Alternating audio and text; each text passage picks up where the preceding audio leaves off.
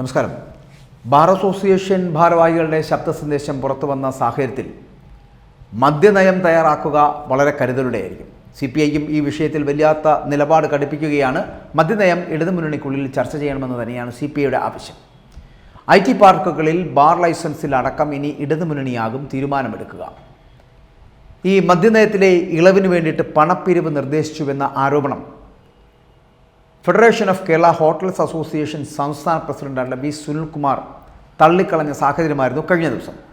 Federation of Kerala hotels association vice പ്രസിഡന്റായിട്ടുള്ള അനിമോൻ വാട്സാപ്പിലൂടെ നൽകിയ ശബ്ദ സന്ദേശം ഗൂഢാലോചനയുടെ ഭാഗമാണ് എന്നാണ് സുനിൽ പ്രതികരിച്ചത്. CPIയുമായി അടുത്ത് നിൽക്കുന്ന വ്യക്തി കൂടിയാണ് ഈ സുനിൽകുമാർ എന്നുള്ള ആൾ. മദ്യനയത്തിൻ്റെ ആലോചനകളിലേക്ക് സർക്കാർ കടന്നിട്ടേയില്ല. പ്രാരംഭ ചർച്ചകൾ പോലുമായിട്ടില്ല. അത്തരമൊരു സാഹചര്യത്തിൽ മദ്യനയത്തിൽ ഇങ്ങനെ ചില കാര്യങ്ങൾ നടപ്പിലാക്കാമെന്ന് പറഞ്ഞുകൊണ്ട് പണപ്പിരിവിന് ശ്രമിക്കുന്നു എന്നുള്ളതാണ് ഗൗരവമായിട്ട് കാണേണ്ടത്. അതിശക്തമായിട്ടുള്ള നടപടി അത്തരക്കാർക്കെതിരെ ഉണ്ടാകുമെന്ന് തന്നെയാണ് ഇപ്പോൾ സർക്കാർ പറയുന്നത്. കാരണം വിവാദ പശ്ചാത്തലമാണ്. ആ പശ്ചാത്തലത്തിൽ ഡ്രൈ ഡേ തുടരുക തന്നെ ചെയ്യും. ഡ്രൈ ഡേ പിൻവലിക്കുവാനോ ബാറുകളുടെ സമയം കൂട്ടുവാനോ ഒന്നും സർക്കാർ തീരുമാനിച്ചിട്ടില്ല എന്നാണ് മന്ത്രി MP രാജേഷ് അടക്കം വ്യക്തമാക്കുന്നത്. അത് ആലോചിച്ചിട്ട് പോലുമില്ല. ഈ വർഷത്തെ മദ്യനയം സംബന്ധിച്ച പ്രാഥമിക ആലോചനകൾ പോലും ആരംഭിച്ചിട്ടില്ല എന്നാണ് മന്ത്രി പറയുന്നത്.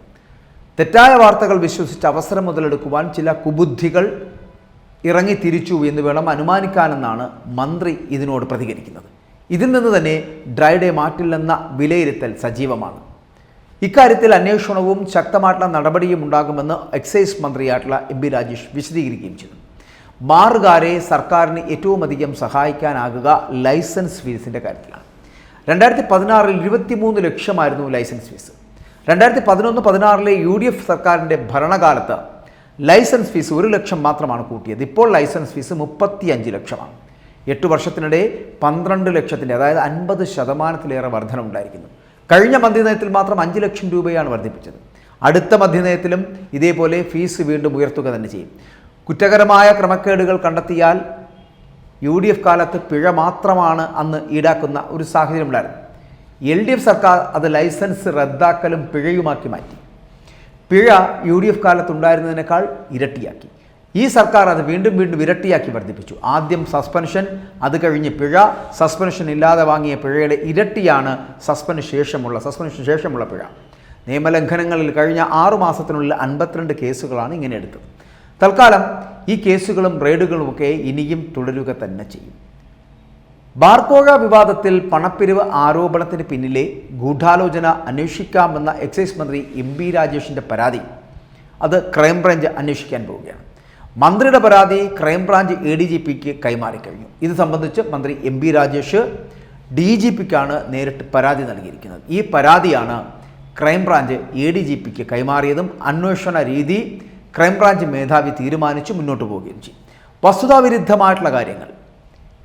വസ്തുതാവിരുദ്ധമായ കാര്യങ്ങൾ പ്രചരിപ്പിക്കുന്നുവെന്നും പണപ്പിരിവ് ആരോപണത്തിന് പിന്നിലെ ഗൂഢാലോചന അത് അന്വേഷിക്കണമെന്നുമാണ് DGP ഷെയ്ഖ് ദർവേഷ് സാഹിബിന് നൽകിയ കത്തിൽ സംസ്ഥാന എക്സൈസ് മന്ത്രിയായിട്ടുള്ള MP രാജേഷ് ആവശ്യപ്പെട്ടിരിക്കുന്നത്. പ്രചരിക്കുന്ന ഓഡിയോ സന്ദേശത്തെക്കുറിച്ചുമൊക്കെ അന്വേഷിക്കണമെന്ന് തന്നെയാണ് ഈ ആവശ്യത്തിൽ പറയുന്നത്. പുതിയ മദ്യനയം നടപ്പാക്കുന്നതിന് സംസ്ഥാനത്തെ ഓരോ ബാർ ഉടമയും 2.5 ലക്ഷം രൂപ വീതം 25 കോടി കോഴ വാങ്ങാൻ നീക്കമുണ്ടെന്ന വെളിപ്പെടുത്തൽ കേട്ടിരുന്നുവെന്നും ശബ്ദരേഖ സർക്കാർ വളരെ ഗൗരവത്തോടു കൂടി തന്നെയാണ് കാണുന്നതെന്നുമാണ് നേരത്തെ തന്നെ എക്സൈസ് മന്ത്രി MP രാജേഷ് ഇതിനോടൊക്കെ പ്രതികരിച്ചിരുന്നു. മദ്യനയത്തിൻ്റെ പ്രാരംഭ ചർച്ചകൾ പോലും ആയിട്ടില്ല എന്ന് തന്നെ അതാണ് രാജേഷ് പറയുന്നത്. ഗൂഢാലോചന ഉണ്ടായി എന്ന് പരിശോധിക്കട്ടെ എന്നുമാണ് മന്ത്രിയുടെ വാദം. സർക്കാർ ഏർപ്പെടുത്തിയ കർശന നടപടികളിൽ പലർക്കും അസ്വസ്ഥത ഉണ്ടാകുന്നുണ്ട്. അത്തരത്തിലുള്ള അസ്വസ്ഥതകൾ ഉള്ളതുകൊണ്ടാണ് ഇത്തരത്തിലുള്ള ചില പൊടിക്കൈകൾ പ്രയോഗിക്കുന്നത് എന്നാണ് മന്ത്രിയുടെ വാദം.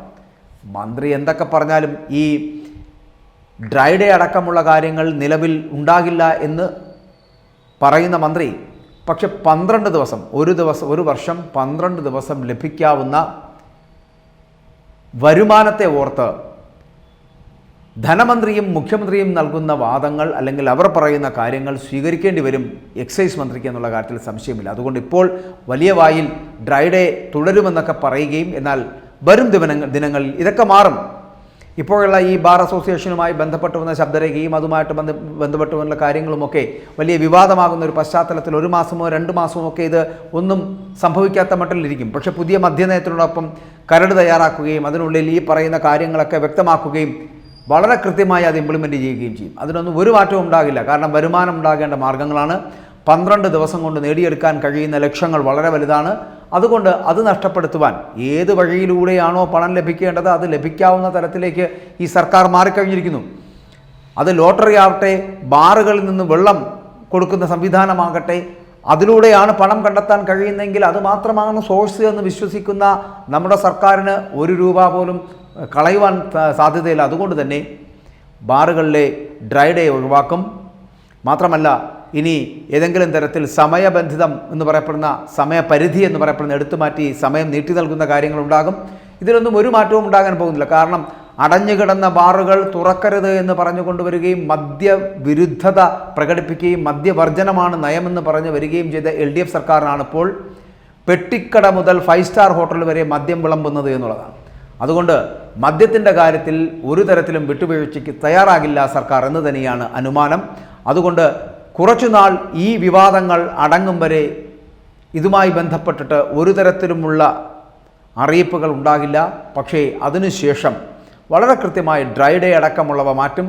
ബാറുകളിലെ സമയപരിധി കൂട്ടും. ബാർ അസോസിയേഷൻകാർ എന്തൊക്കെയാണോ ആവശ്യപ്പെട്ടിട്ടുള്ളത് അതെല്ലാം നടപ്പിലാക്കുക തന്നെ ചെയ്യും. അതിന് സർക്കാരിന് ഒരു തരത്തിലുള്ള ചിന്തയിലും മാറ്റമുണ്ടാകില്ല. എക്സൈസ് മന്ത്രിയുടെ വാദങ്ങളെയൊക്കെ തള്ളുകയും ധനമന്ത്രിയും മുഖ്യമന്ത്രിയും പറയുന്ന വാദങ്ങൾ അംഗീകരിക്കേണ്ടിയും വരും ഈ എക്സൈസ് മന്ത്രിക്ക്. മാത്രമല്ല എക്സൈസ് വകുപ്പിലൂടെ അല്ലെങ്കിൽ ഈ ബിവറേജസ് കോർപ്പറേഷനിലൂടെ മദ്യത്തിലൂടെ ലഭിക്കുന്ന പണം കേരളത്തിൻ്റെ വികസന പ്രവർത്തനങ്ങളിൽ ഉപയോഗിക്കുവാൻ തയ്യാറെടുത്ത് നിൽക്കുന്ന ഒരു സർക്കാരിന് അതിലൂടെ ലഭിക്കുന്ന പണം വേണ്ട എന്ന് പറയാൻ കഴിയില്ല. അതുകൊണ്ട് ഈ വിവാദങ്ങളൊക്കെ കെട്ടടങ്ങുമ്പോൾ മദ്യനയം രൂപീകരിക്കുക തന്നെ ചെയ്യും. അതിനകത്ത് ഡ്രൈ ഡേ ഉണ്ടാകില്ല. ഒപ്പം തന്നെ ബാറുകളുടെ സമയപരിധി കൂട്ടുകയും ചെയ്യും.